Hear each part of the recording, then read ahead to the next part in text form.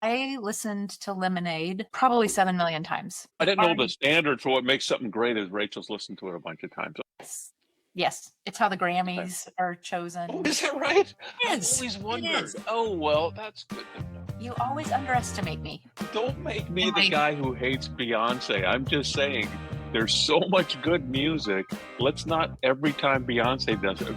Well, Beyonce does a reggae album. Reggae will still be terrible because it's the worst music there is. Okay, you just want to go for Taylor Swift next? Let's just knock them all out and get all the hate mail now.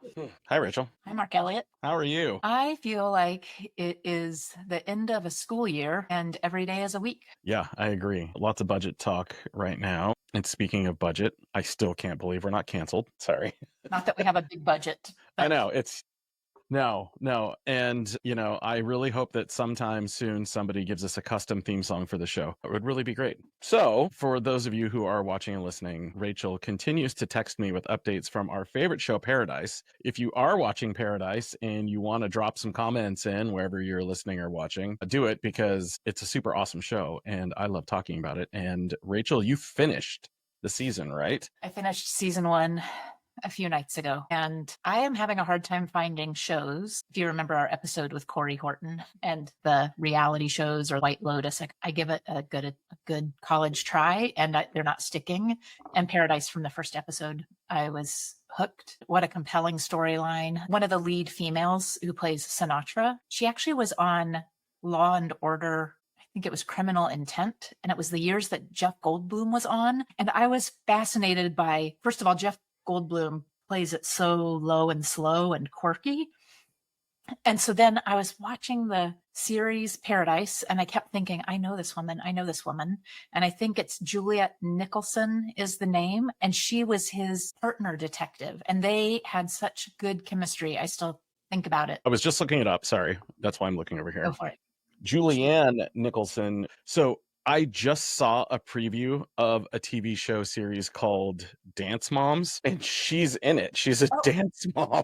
And it was so wildly different from the character she plays on Paradise that it cracked me up. I'm like, that is not her. There is no way that is her. But yeah, she's Dance Moms. So Sterling K. Brown, last episode sets up, I'm certain that there's a season 2.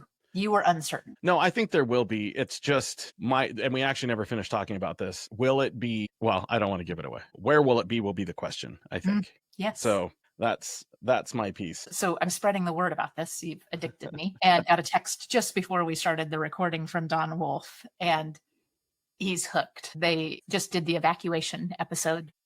So shout out, Don, like you're in a good club right now. This is an amazing show. For those who are catching up, it's Paradise, and it's currently on Hulu. It's got some really great actors. Julianne Nicholson among them. James Marsden is amazing. Sterling K. Brown. It's awesome. It's just amazing. Worth a watch.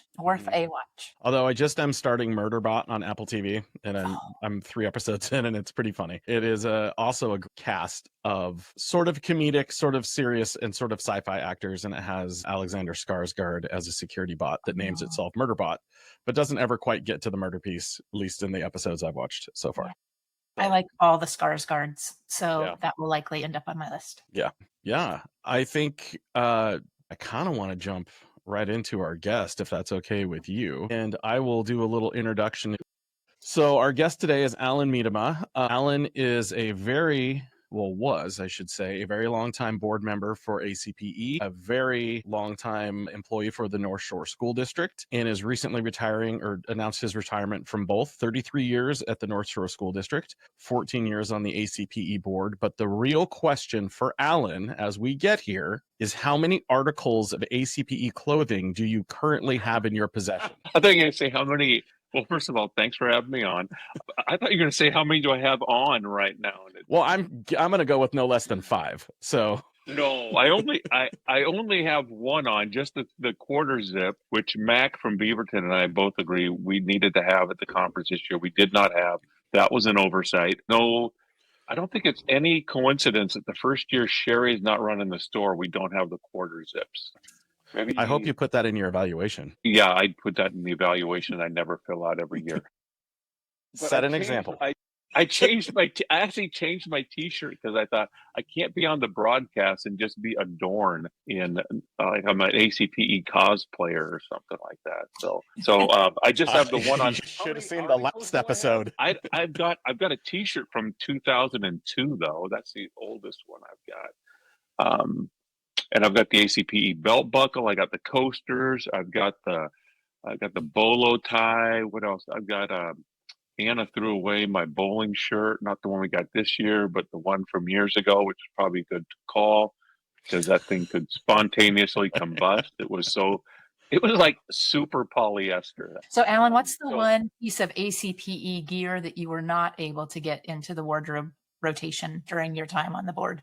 Maybe something about the Highlands. Oh, Morlock and I were always big advocates of the ACPE kilt, which Rachel, you submarined every single time we brought it up, which I thought was that was unnecessary. I don't know why you got to be like that. I mean, Joe did buy the wardrobe, I guess, for a board this year. So how he even got put in charge of that is beyond me.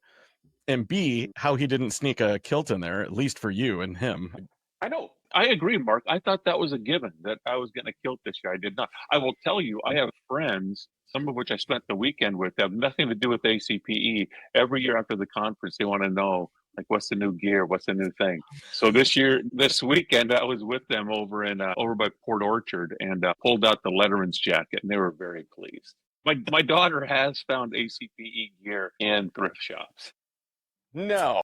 Which makes my heart a little sad. Yeah. I mean, it kind of goes back to who was the Oregon State football coach just a few years ago who took a job somewhere else. And that day they found, I think it was Oregon State, they found all of his team gear at Goodwill that day. It just dumped it off. Yeah. That sounds like a Husky coach. Speaking of football, but a different style of football, Alan, we know that we had to pull you away from something near and dear to your heart. Oh my God. Yeah. The Sounders. Yeah. So let's see. Right now it's 80. It's 90+1. They're in stoppage. I don't know how many minutes of stoppage. We're up 1-0 over San Diego. So yeah. So we'll see how it goes. Jesus Ferreira got his first goal tonight, which I'm very pleased about. So who's playing quarterback? Do you want me to kick him out from the stage, Alan? We can just take it from here. Every man a lewd. Every man a rube. Sorry. Oh, I could talk about this later, but continue, Rachel. So this is the segue. You have titled yourself tonight the #1 country music fan, Mark, even though Alan and I are going to pick that apart here in a moment. For those of you new to the Plugged In podcast, we normally do a little banter and then some opening questions. A lot of times they'll involve pop culture, music in this case. And because I know that Alan likes some rockabilly and some Dale Watson and some good old country and country rock crossovers, and because Beyonce has single-handedly Cowboy Carter made country music cool again and ushered in it never stopped. Waylon and Willie made country cool again. I won't argue that, but because I'm right. Waylon and Willie. I mean, we can talk about all the greats, but Alan, who's your favorite, or who would you rattle off as the female country crooners who are the best? Oh, I don't know if I can say who the best are, right? Because there's classics like Loretta Lynn, right? So we can do there. But I'll say the ones I'm listening to the most right now are always Lucinda Williams, because Lucinda Williams is Lucinda Williams. I listen to, even though she's not country, I listen to Jenny Lewis and the Watson Twins' Rabbit Fur Coat album a bunch, including this weekend again, which I'll just say, if Jenny Lewis is doing something, you should listen to it because it's going to be interesting. And the one I'm listening to currently that I haven't heard of before, but I like a lot now, and she's going to be at a festival that I'm going to be at in Oregon later this summer, is Sierra Farrell. Is that the Farewell? That's the Farewell. I'm going to that. My neighbor. Yeah, but who do I really like? I mean, who would I listen to all the time? I mean, Emmylou Harris, right? I mean, if Emmylou Harris is doing the movie phone talk through, I'm going to go call that up and see what time movies are playing because she's amazing. Yeah. Well, Linda Ronstadt. Yeah, and Linda Ronstadt, because holy smokes, Linda Ronstadt is better than you remember her being. Yeah, go on. You just mentioned you're going to go to a festival this summer that is right by Rachel's house. Rachel, did you get an invitation to go to this festival with Alan? Rachel has gone to music shows with me before. I have. But you're going to one right by where she lives. Yes. I may actually already be going. So there we go. We'll Yep. go watch Marty Stewart and Sturgill together. But I do want to come back to the Beyonce thing, right? Yes. So when Beyonce's album came out, it was 2 years ago, a little before 2 years ago. And, you know, Coachella, Stagecoach, the big, huge pinnacle conferences for a particular type of music, it's all about special guests, right? So they have the people they published this year. I would say the fantastic special guest was Mumford and Sons that I got to see, which was terrific. But the year before, the security people were even spreading the rumor that Beyonce was there. And everybody was freaking out because you had your group of, there's no way in the world I'm going to go see her. She's not country music, blah, blah, blah. And then there was all the young kids who were like, I can't wait to see Beyonce, who was not, in fact, there. But it does lead me to say that one of the special guests that year and then had a full set was T-Pain. And T-Pain is amazing, sings so well, and that crossover is happening quite a bit. And, you know, like it or not, I think there's, I don't know, like old country and, I don't know, pop country, if you want to put it that way. Yeah. And Lucinda Williams, I want to touch back on Alan's Steady Listen. Oh my gosh. Probably the song that I think exposes her vocals the best and her style the best is Righteously. Oh, yeah. That's a good tune. Yeah, I would agree with that. Yeah. If you listen to Lucinda, you realize like a lot of people have done her stuff, right? Absolutely. And you hear it. And like the whole album, Car Wheels on a Gravel Road, is like a perfect album. I will insist that is a perfect album. There's nothing not really good. And there's some stuff on the album that's just flat out great. No the argument. song Jackson is absolutely heartbreaking. Yes. So I have questions for Alan. But Okay. before that, Alan, what we're going to do is just a quick recognition and thank you for honoring a few of our Diamond sponsors each of these episodes as we're coming off of the conference. The Diamond Studios this year were really unique. I think all very well trafficked. And yeah, a lot of fun. We had the casino table back, lots of good things. So a big thank you this evening to HPE, Lightspeed Systems, and Pacific Office Automation. We're glad that you were with us this year and really appreciate your support of our little baby conference that we all love very much. So Alan, 33 years at North Shore. Were you born as a CIO? No. Wow. No, I didn't even touch a computer until I got into college, and then only did that. Well, yeah. So I grew up Marysville, Arlington, Everett, kind of rolling around between there. Graduated high school without ever talking to a guidance counselor because I just wasn't going to go to college. It just wasn't my plan. And then spent a little time, about half a year, doing a little manual labor. And somebody told me, you should go to college. So I thought, I am going to go figure out how the heck you go to college. So I went to WSU, only school I could get into because I didn't take any of the, I didn't want to go, I was determined to go to a 4-year college. I knew I hadn't taken any of the tests except for Washington pre-college tests, so it had to be in the state of Washington, and I could go to WSU. So I went to WSU, where I met my wife on the first day of school. So that was fortuitous that I went there. Oh my and gosh. then I only took a computer class because my roommate was taking a computer class, and I had a hole in my schedule, so I took a computer class, and then started writing code for Boeing. After I graduated, I started writing code for Pacific Northwest Bell when they existed. Then went commercial fishing up in Alaska because I wasn't liking what I was doing. Went back to school, got my graduate degrees, and then started teaching. And so that was like 92. I started teaching. And then did that for 8 or 9 years, taught high school mathematics. That was pretty fun. And then went downtown to work on some special projects, help implement some information systems, do some of that kind of stuff. And then just one thing rolled into another. And next thing you know, I'm director of technology. And Terry Hippenhammer talked me into going to ACPE. I ended up on the board. And that's it. And now I'm here. 33 years in a blink. Yeah. It was pretty fast.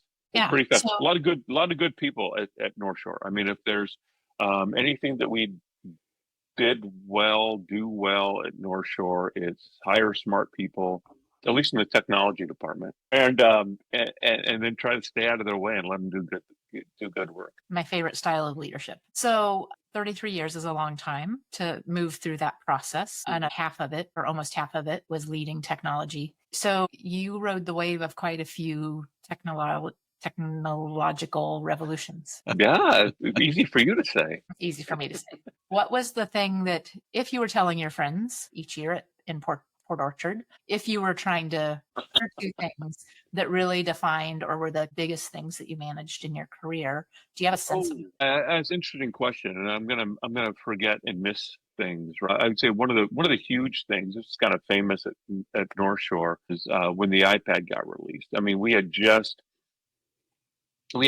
passed a technology levy, and I'm knocking on wood because they're going out for another one here pretty soon. And we thought we had a pretty good idea of what kind of computers and devices and things we were going to get for kids. And literally, like as we closed the books on that process and thought we were going to go buy a bunch of laptops and desktop computers, iPad comes out, and it was, holy macaroni, that's changing things. Now, I would say the influence of the iPad now has kind of peaked. For me, it's kind of peaked and waned, right? It's more of a kid tool, but I would say accessibility and mobility, yeah, it really changed, I think, our expectations for computers, and also the ease of use, right? Because it's just stupid easy to use that thing. You don't need to know anything, and you can use that. I would say other big one, Chromebooks coming out. I know there's people who love and hate Chromebooks, but I'd say the affordability of that, I'd say that enabled one-to-one to be achievable for people. Super easy, not a whole lot of repair. You buy a new one for the most part. And that was a game changer. For districts who probably couldn't afford to do a one-to-one, Chromebooks, you can afford to do a one-to-one. And then I would say the other big one, of course, is just ubiquitous wireless. Every place you go, this idea that every place I go, I'm going to be connected. I'm going to have access to things. Now, I know that's not true for every kid in every situation, but it's pervasive. Like you got to work to not be connected. I mean, it gives us the ability. Yeah, it gives us the ability to focus on those families and those students more closely than we would be able to if it wasn't so ubiquitous, like you said. Yeah, it's like a solvable problem, right, Mark? I mean, the idea of how am I going to connect these kids? We saw this during COVID was, okay, hotspots. I'll get 1 billion hotspots and put them out there, and it won't be great connection, but it'll be possible. It's like things became possible with some of those technologies. Now, I kind of want to come back to, you pointed out, I will say iOS because, the first iPod Touch that came out was like the iPhone, and our good friend Dr. Morlock, when he was in Canby, was like the guy from Apple, who that was his bread and butter. And the iPad, at its size was pretty revolutionary. The Chromebook, I think a lot of us thought, oh, this is just a cheap laptop, why do we want this? But I mean, the proof is in the pudding. I think those are things that had immediate impacts really quickly and opened up some eyes. I know I have my couple of things in the back of my head, but what are some things that when you look back over your time in education that slowly kind of made such a massive impact without it just hitting you in the face, and you look back on it now and go, wow, like when did that happen? Or something like that. Oh, that's an interesting question. Things that were so well, really, Mark. I think of myself as such a visionary that I'm never surprised by things. So that might be a little difficult for me to answer. Stuff that slowly built into something bigger than it is. I don't know. What do you guys think? I wonder about this. Maybe I'm alone, but when I think about what we've moved to SaaS model. Oh, that's a good one. Oh, yeah. That's a really good one. Yeah. And it's not even just SaaS. It's everything as a service now, right? Yes, right. And suddenly, I don't know if everybody else had this moment, but suddenly we're like, do we still need this data center? Because it's like all of a sudden it's like you're not paying attention, and suddenly you're like, do we only need like half a rack? Mm-hmm. Yeah, I feel like that was one. And so those SaaS models were attractive to me early on because I could focus on the analyst layer, which is most important for folks in the district, than like that we've got 4 employees running a server farm and a systems stack. So that's the one though that all of a sudden I was like, ooh. Yeah, look how much money we're spending in subscriptions, because we're doing budgets right now. And we look at how much we spent 4 years ago. I'm not going to give a number, but it's got to be 80% higher today, and we're planning for a 10% increase next year. And I said that's probably not enough just in subscription costs. which is Yeah, interesting. it's moving to subscriptions. You don't buy anything anymore. Everything you're doing is a service, which kind of freaks the people in purchasing out sometimes. Like they can't quite get their head around the idea that, well, we're not buying anything here. It's all a service that we have here. But Rachel, I think the idea of everything moving up to the cloud or some kind of off-prem, we were all building out these server farms, right? We were all like, we were getting ready to blow a wall out of the side of the building to expand our server room. Seriously, we were. And then we're storing boxes in that space because we don't have anything in that room. I mean, the room doesn't overheat anymore, not because we fixed the HVAC in there, because there's just not that much going on in that. And we were super late adopters on it. I mean, we were reluctant. Then we got our ransomware attack in 2019. And that pushed us over the edge to say, we got to get it all out of here. We can't have anything. You know, there's a really interesting, well, we should have a channel in the Discord of what your data centers used to look like, because I could talk about the old shower at the old gym at Olympia, that it was in a shower and there was still soap in the soap dishes from the 70s, I think. That's some good and soap. It was, because it was so hot in there that it was just like cracked and it looked like a desert. But something I've talked to other districts about and never actually pulled the trigger on myself is a lot of people did build out big data centers, and doing a little colo isn't a bad thing with other school districts. Just making a partnership and sharing rack space with each other is not a bad thing, because I think we'd probably do it for free. I can't speak for everybody, but in Oregon, we're working on kind of closing this ring of high-speed connections with our ISP partners. And the dream is, Jeremy Peetzold at Clackamas ESD has had this dream for a while, that we essentially do a round robin of our backups, our offsite backups. Like around the whole state? Well, yeah. So I think probably like out to Intermountain ESD, where Nick Lapp is and where Sherry formerly was in Pendleton. And then like down to me, and then over across to Eugene and up the valley to the metro area, and staging offsite backups. Even little tiny places like Suislaw, like Chris Robichaud. Rochambeau. What the hell? Is this a bit? That would be Chris Robotham, Mark. Thank you. Yes, not Robichaud. Chris. Okay. Yes. Fan of the show, Alan. First of all, Jeremy needs better quality dreams. I mean, if that's his dream, he's got to pick his dream game up, because that's not a great dream, Jeremy. It's not bad though. I'm just saying. Jeremy has more dreams than that, but I don't we want to have hear about excess rack space. And one of the things we need is the 3-2-1, whether you like the 3-2-1 strategy for backups or not, whether you believe in it or not. That idea of having a couple of different places and ways to do it is a way that we can use that open space, and it really just depends on the quality of the connection between the sites. And then if they're really good, then you can start thinking about it for your disaster recovery as well, not just like a cold backup space, but what happens if you're in a worst case situation, and how quickly can you essentially build a new environment and pull that data back in. It makes me almost use it as a squash court in the meantime. Well, it gave me a thought, but I don't want to really talk too deep on it now. But I do want to share the one I was thinking about, that it's kind of hit me every year for the last few years, is streaming video. Like, and Alan, we were teachers, and I had a collection of, VHS videotapes in my classroom, and I owned those. And then our library had a collection of videotapes that you could check out, and we owned the rights to those. And now I've had to talk to teachers quite a bit about how our society made the leap from physical media to streaming video so fast it left schools behind.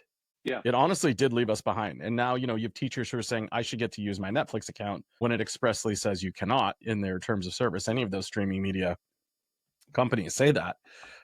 And so that is one that has moved quickly and quietly in a way that everybody has accepted the technology and they like how it works. And it puts us in a bind, because it's difficult for us to, comply with the terms of use and all those things. It does, and that's an interesting one to bring up, Mark, because I think that went hand in hand with networking just getting better. I mean, when we first started streaming, it was like you'd hope that things would stream well. And if it was 15 minutes long, it wasn't going to stream for the whole 15 minutes. Somebody doing somewhere else in the building was going to screw your video up. But now it's like you can I mean, you can run a decent video off your phone and just mirror it up to the screen. It's so that tech has gotten so good, and the amount of material that's out there that you can access has gotten so accessible. That was slow, and then bam, it's everywhere. I mean, you don't buy media anymore. Right. And it's something I hope, and I really hope, I know they're not going to listen to this. I hope the big streaming people listen to this episode and go and realize that academic institutions need access to some of that stuff. We need academic accounts so we could legally stream this material that our teachers want to use. And, you know, we've gotten to a point where and I think most of us do this as well. We block Netflix, Hulu, Disney because we just have to. We can't. Everyone just is like, I can justify why I can do this, and we're like, no, you can't. You know, I'll just say, as a former classroom teacher, the other reason I want it blocked is it's used as a reward in classroom. Yeah, it makes me insane. I don't care. Watching Mulan in Spanish is not appropriate classroom content, right? I mean, it's just that's not. That's you taking a day. I'm saying this as a teacher and also somebody who's retiring, so I don't care. That's you taking a day off. That's not you teaching a kid anything. Yeah. Yeah, that's another reason why you block that stuff. And then YouTube would be in that same window, right? Of just the channels that are educational, where you can find good content to support lessons from different voices, different ways of thinking. It takes work to curate your playlists as an educator or even a technology leader, right? Who's teaching things. I think about it in contrast. Do you remember, was it Discovery United streaming? Those those in our region at least did not take off like wildfire. There was professional development built around it, and how you create your account and log in, and how you build your library.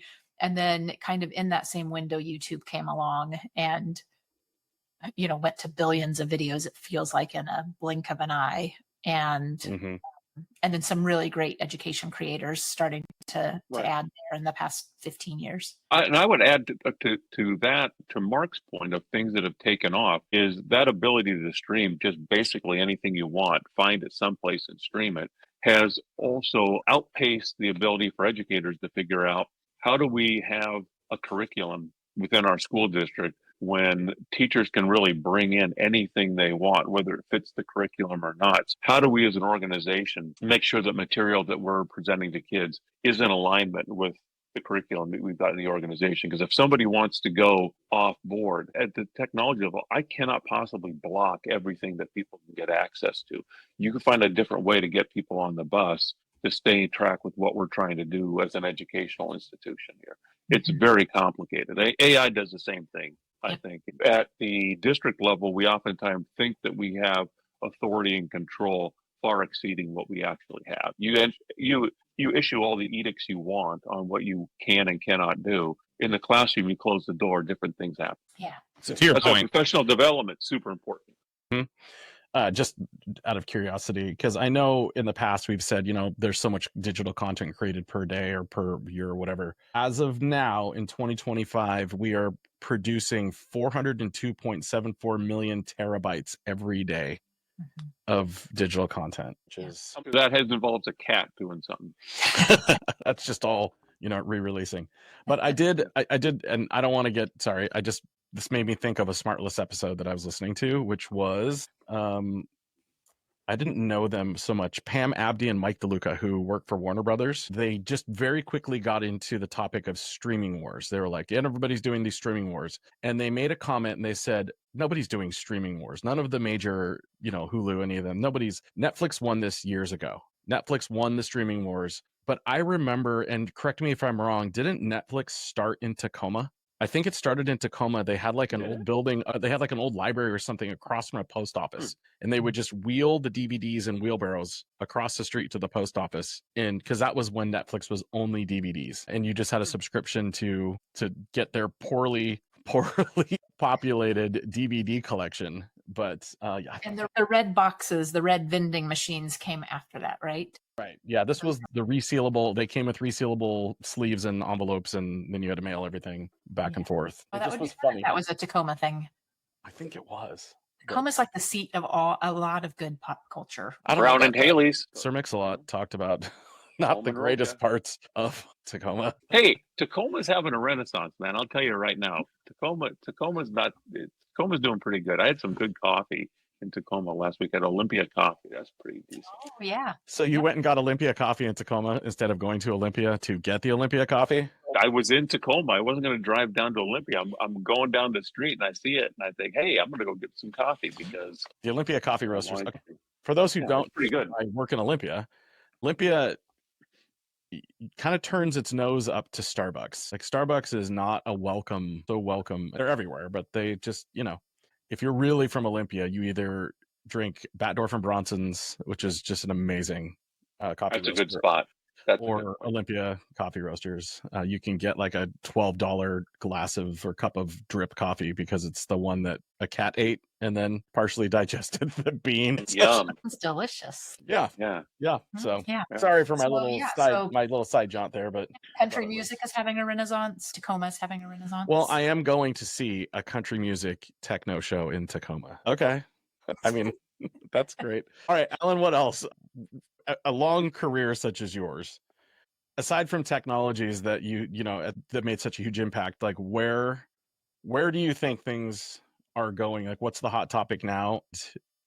I know that you're gonna have somebody filling your shoes soon. What kind of advice would you leave them as, I don't know, let's say it's somebody new to your role or somebody who has only had a couple of years in school district administration? What kind of parting advice would you leave? What would you write on the letter and leave in the desk for them? Oh, good question. At North Shore, we're big enough that we're blessed to have staff. Not enough staff, but we've got staff. And I would say the biggest thing is, like I said earlier, get good people, support them, stay out of their way, give them guidance when they need it, give them forgiveness when they need it, give them room to grow and support them. My job has kind of stopped being technology quite a while ago. It's a lot of policy, a lot of governance sort of stuff, a lot of clearing things out of ways. It's working on budgetary stuff, but you invest in your people. I mean, that's what you need to do and make it possible for them to do good things. And when you find good people, hold on to them and make it an attractive place for them to stay. I mean, at North Shore, we've always, from the time I got there, talked about mission, talked about the importance of what we do. In technology, you can always find a job doing something someplace, but it's not necessarily going to be important work, right? I mean, education's important work. If you're not finding something of value to do working in education, I just think you're not looking hard enough, because there are important things that you can be working on, and that's very fulfilling. I mean, you got to take care of your basic needs first, right? Take care of your family, take care of your home, make sure you got enough to eat, make sure you're healthy. But then you want to do important work that makes a difference, and you're going to find that in education. So we talk about that a lot at North Shore. The idea that what you're doing by making sure that these wireless access points are up and reliable and functioning and they're available makes a difference in whether you've got some kid who's just come into the district from, Portugal or someplace, and they're trying desperately to learn math and English at the same time, whether that kid's going to be successful. That is a very short thread that connects those things. So I would say talk about and then celebrate the importance of the work you do. Support your people. Don't shy away from the mission. Don't act like what you're doing is beeps and boops. I mean, it's important stuff that could potentially change a kid's world in a positive way, and that's a great thing. So, and also, try to have fun. Keep people accountable and give them space. Alan, did you develop a consistent look? Like a raising the eyebrow, or like on the days when your team should just like avoid you and not ask any hard questions? Yeah, I don't think it that. I think anybody who works for me could tell you that I have one eyebrow and a protruding brow, and when I get a glare on, it's pretty good glare. I don't think people wonder when I'm annoyed. I think it's pretty obvious when I'm not having the best of times. I think it's pretty obvious. So yeah, I don't feel like I need to say a lot. People can look at me and tell if I'm not thrilled. I actually think it's kind of an underrated leadership skill, right? Like being able to be well, I mean, seriously, being pissy and grumpy. No, so let's not go to extremes, but that idea of what feels worse to me is when you have someone sitting there with you who you think is with you, and then either A, you find out afterwards that there's like Yeah. completely not with you, or worse, you find out from other people, right? That instead of tackling it directly or showing the skepticism, to use a softer word, like convince me, tell me more, make a case. I'm not impressed. If you, for those of us old enough who remembers the Michaela was not impressed Olympics year and the wonderful meme that followed, I do think there's some authenticity and some important work that gets done there instead of not being able to have the hard conversations or ask hard questions in the moment. It's not a perfect science, but I take your point. I do think, and again, these are questions that you can better ask people who have worked with me. I don't like saying worked for me because they don't work for me, right? Worked with me is that I do try to be honest. I think personally it's better to tell people what you believe to be the truth, whether it turns out to be the truth or not. You believe this to be the truth rather than shine them on about something. And I hope that people appreciate that. And I do think that at times I'm probably a little too candid with what I'm thinking of, because I do tend to lean into the idea of somebody asks me what I'm thinking, I feel like it's important to tell them. I expect people to be grown-ups when the moment calls for it, to have serious conversations when it's time to have a serious conversation, and then not get your feelings hurt. I mean, it's unavoidable. I mean, sometimes somebody's going to tell you something that they didn't mean to hurt your feelings get hurt. But the intent matters, right? And I don't think I try to hurt people's feelings. I just try to be candid with them about things. I think we've all seen Ted Lasso, right? We have. There's a Dutch soccer player in the last season who was brutally honest with people about stuff. If you remember that, I'm half Dutch, and when I saw that, I thought, yeah, that's how it is. I mean, if somebody's doing a terrible job, I'm going to tell them, you're doing a terrible job. I think you can do better, but right now what you're doing is it's not working. But you can do better. But what you did, not acceptable. So let's do better. I do want to touch. Yeah, Alan, are you ever wrong? Were you ever the one that was wrong? Yeah, all the time. I mean, I've made mistakes. I mean, you guys asked me to be on this show, and I said sure. And what a disaster. I thought you were just going to point out that Anna just is the only one who gets to say that you're wrong. No. She's not the only one. I have brothers. I have children. I have family. I have so many people who lay in wait to tell me I'm wrong about stuff, and I try not to disappoint them. Well, so just so you know, the reason I've been looking off to the side is that Rachel gave me a pile of old ACPE pictures, and I have them in Google Photos, and I've been going through them. I have seen so many pictures of you with that look that you described, where you're just kind of you've got that look, but for the life of me, I can only find ones where you're smiling. What? I know, exactly. Yeah. It's crazy. I guard the photos well. Yeah. But I do want to come back to one thing that you said. The picture of me and Ellen Dorr that Ellen's got someplace where you see the look. It's Ellen. That might be the one I'm thinking of, quite honestly. We may have made a sticker of it. Yeah. But coming back to leadership, because that's a big thing for me too. Alan, for our audience, Alan pointed something out that is probably the single most important thing that I look for, or I listen for, and correct myself on when I'm looking for future leaders, and that is that people don't work for you; they are not your employees. Yeah, and people who use that term or use that phrase, it's my employee, it's my this or my that. Always sets me on edge a little bit, and it always makes me take a second look at, will this person be a good supporter and a good leader? And maybe, but out the gate, it's not an ownership thing. For me, it's a little bit about, like, I'm conditioning myself to always think of the idea that we're working together on things. You're not subservient to me, you're not serving me, we're working together. So even if I trust that people know what I would mean if I'd say it was like my staff, I don't say that because I think it's a good practice. It's similar. I never refer to the district's money as my money. It's not my budget. It's not my dollars. It's the district's money, right? I manage it for them, hopefully in a responsible way. Not my money. Not my money, not my staff. We work together. It's the district's money. And I think it's just, for me, it's just like a helpful reminder of how it all works. And I had a boss, a mentor, at one point, Dan Vaught, which only a couple of people on this call will know who that is, that worked for North Shore. And he was adamant about that. Like, he would stop people in conversation if they were talking about my money, my budget. They say, districts, it's the district's money. You manage it for them. Let's find good solutions here. We're not going to say we're going to protect our budget. It's the district's budgets. We're going to do good things for kids with these dollars, wherever those dollars come from. And it's just, just checking yourself.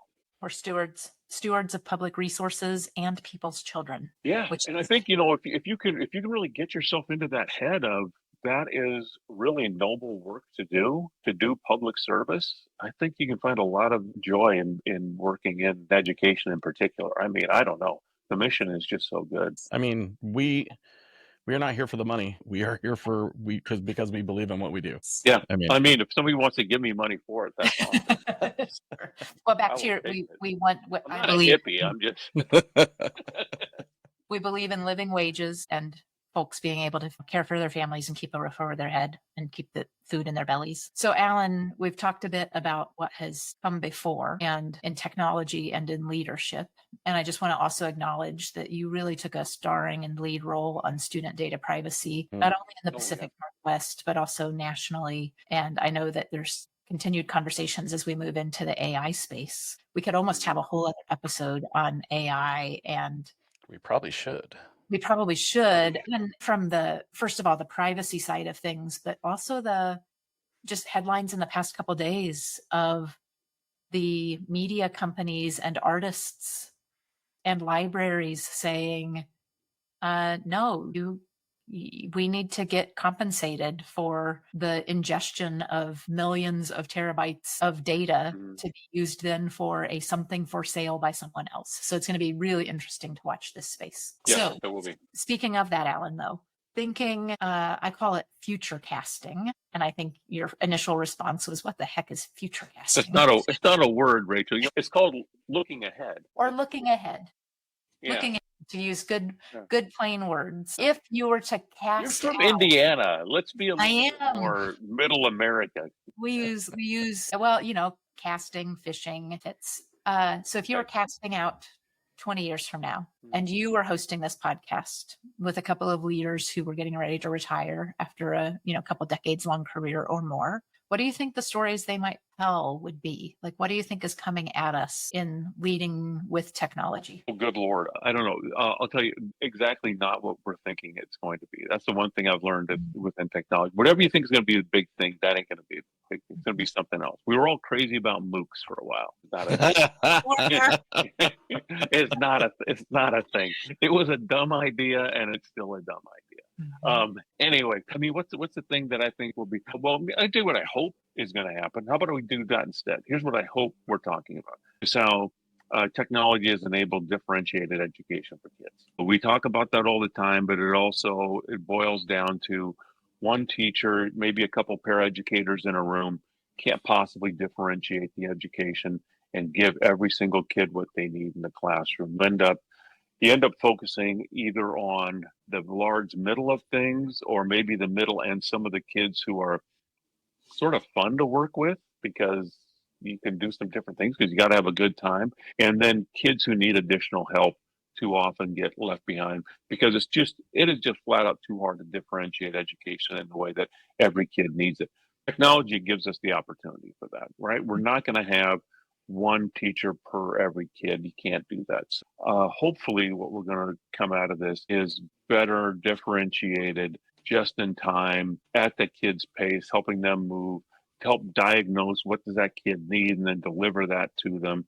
That's what we get. I would hope more emphasis on that, less emphasis on summative assessments of kids so that we can make graphs of things and say, hey, congratulations, we did an awesome job, when really we're failing the same kids over and over again, right? I mean, districts that have 95% graduation, I can almost guarantee you they're still failing the same kids over and over again. Even if they got great graduation rates, predictably the same kids are failing over and over again.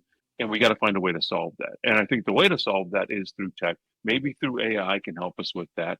But we got to put focus on it. And I think we focus too much on convenience and expediency and not enough on working hard on things. and really celebrating just the accomplishment of working hard and figuring out difficult tasks. I mean, that would be another thing that I would pass on to a new leader coming in the organization is celebrate hard work on things and really digging into a problem and figuring a difficult task out, and surround yourself with people who like to work on projects like that, hard projects, and not so many people who just want to get splashy things out there in a hurry. There's enough people who want to do that. You won't need to look for people who want to do splashy things in a hurry, but surround yourself with people who want to work hard on difficult things. Wise words. And I think to add, I'm not saying this is what Alan's thinking, but it made me think about the fact that as digital technologies evolve, the cornerstone of those digital evolutions has been communication. So if we think back to some of our first interactions of an internet connected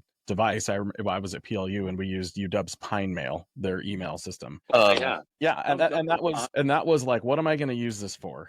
You know, what would I ever use an electronic mail system for? And they forced us to talk to our professors through email. And every evolution that's coming it seems to be so centered around communication, whether it's the fact that we now carry a mobile device in our pockets and we use it for everything. Again, I've joked that I could leave my wallet at home and I'll keep driving. If I leave my phone at home and I'm halfway to work, I'm turning around. Gotta go back. I think that at least for me, some of the more upcoming, I don't know, evolutions of a future tech or whatever it is, could be around making it easier for people of different cultures, different language speakers, things that it's going to level the communication field even more than what we currently see. So we start picking up on those gaps we have in our system. You know, we're a student, like our keynote speaker, Sylvia, she was talking about how she didn't speak the greatest English. She got put in a class and the teacher just assumed she was, I mean, for lack of a better term, not very intelligent until she actually was able to show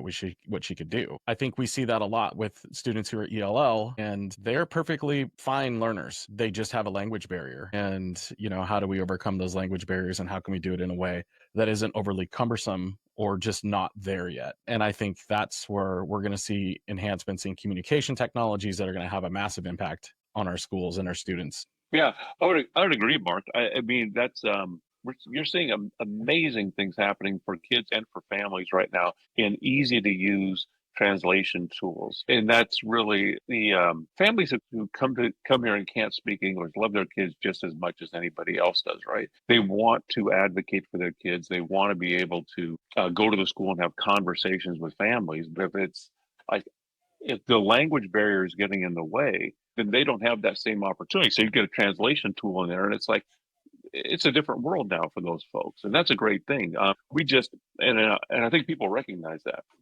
I'll just share that this year North Shore got a $10,000 grant from EduPoint. We're partners for life for Synergy Student Information System. A lot of us use, and so we get $10,000 check.